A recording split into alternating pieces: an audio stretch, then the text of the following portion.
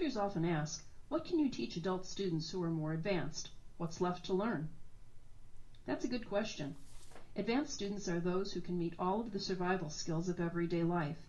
They can understand and speak English in routine social and work situations with fairly accurate grammar. They may have some difficulty following conversations between native speakers, but they're not afraid to ask the speakers to explain what they mean. They can communicate on the telephone and navigate answering machine menus.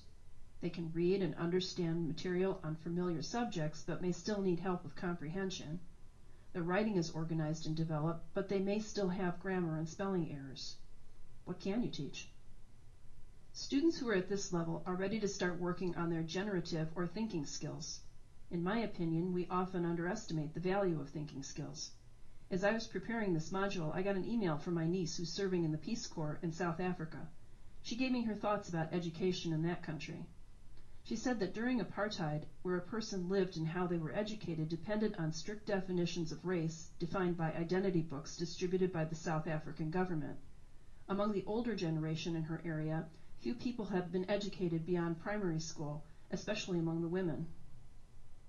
Those who completed their education during the last few decades of apartheid are now teaching the next generation through their interpretation of a new system.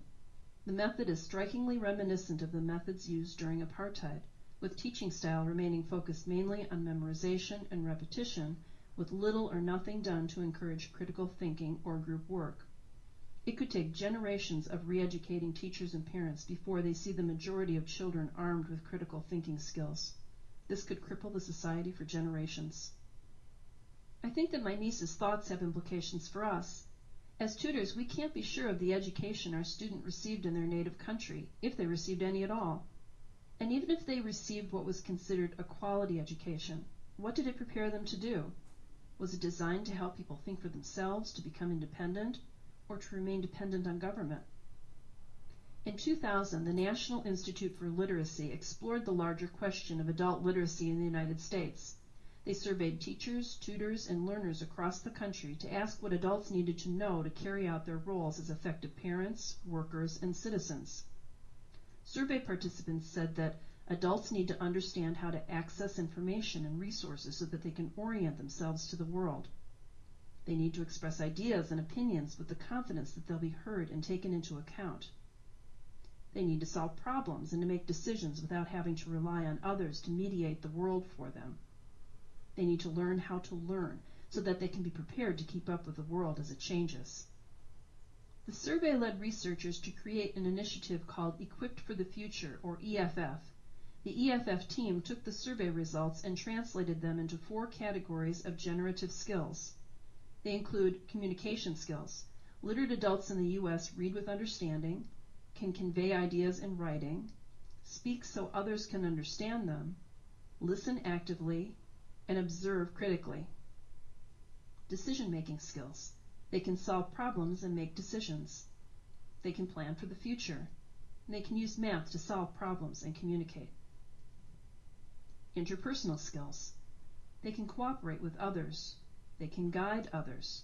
They can advocate and influence. They can resolve conflict and negotiate. Lifelong learning skills. They take responsibility for learning. They learn through research. They reflect and evaluate, and they can use information and communications technology.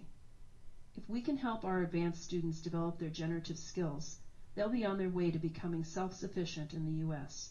Here are a few ideas on how you can help develop these skills. Read together.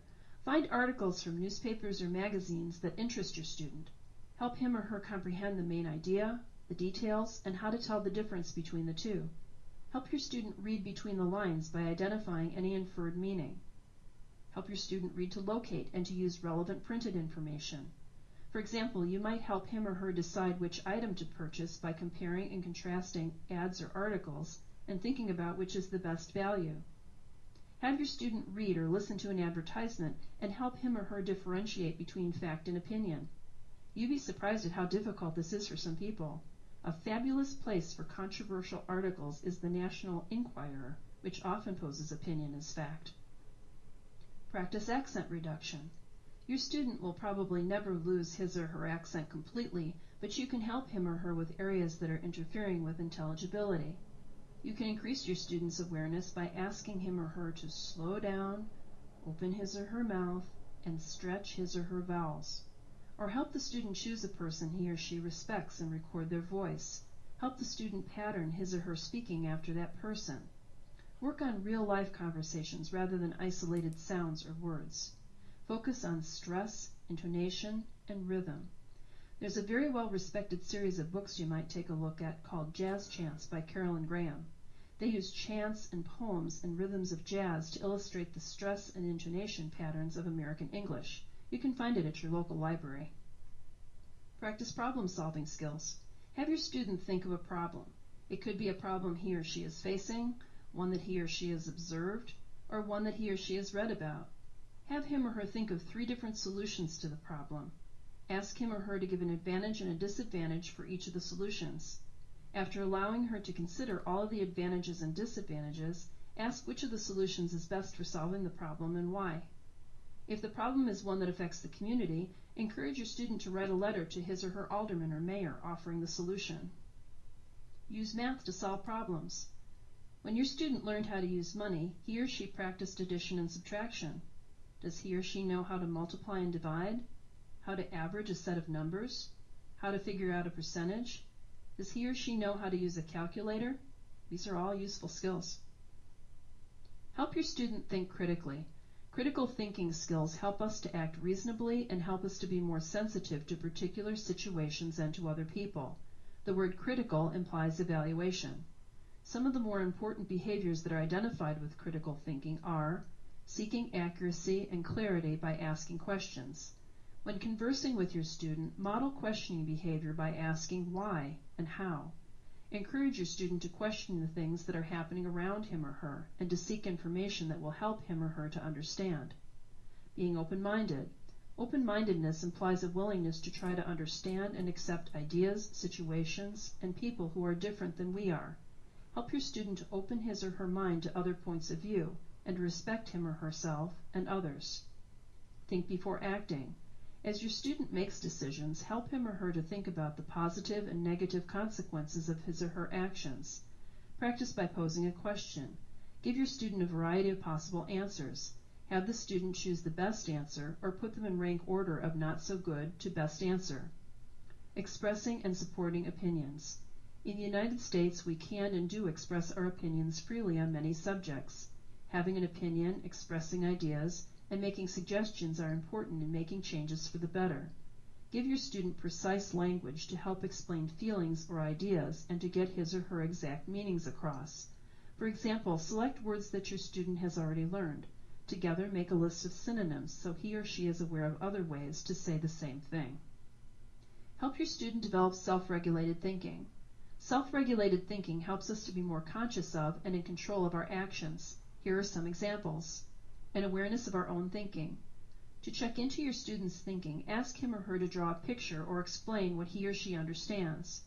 Have him or her become the instructor and to teach you the information. Emphasize the need to self-evaluate his or her thinking by reviewing goals or instructions to determine whether he or she is still on task.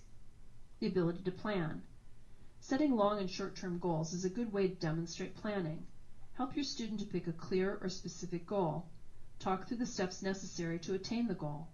Look at each step and make a detailed list of the activities the student must perform to accomplish the steps and ultimately the goal. An awareness of necessary resources. Once your student has set a goal and outlined the activities that will lead to the accomplishment of the goal, encourage him or her to ask these questions so he or she can determine whether he or she has the necessary resources. What do I have? What do I need? What can I get? What can't I get? What can I substitute or do instead? Sensitivity to feedback. It's important to check progress on your way to completing a goal. It keeps a person moving in the right direction and helps the person make changes to fine-tune their course of action. It also motivates further success. Help your student establish ways to measure his or her success and to identify things that need more review or practice. So what can you teach advanced students?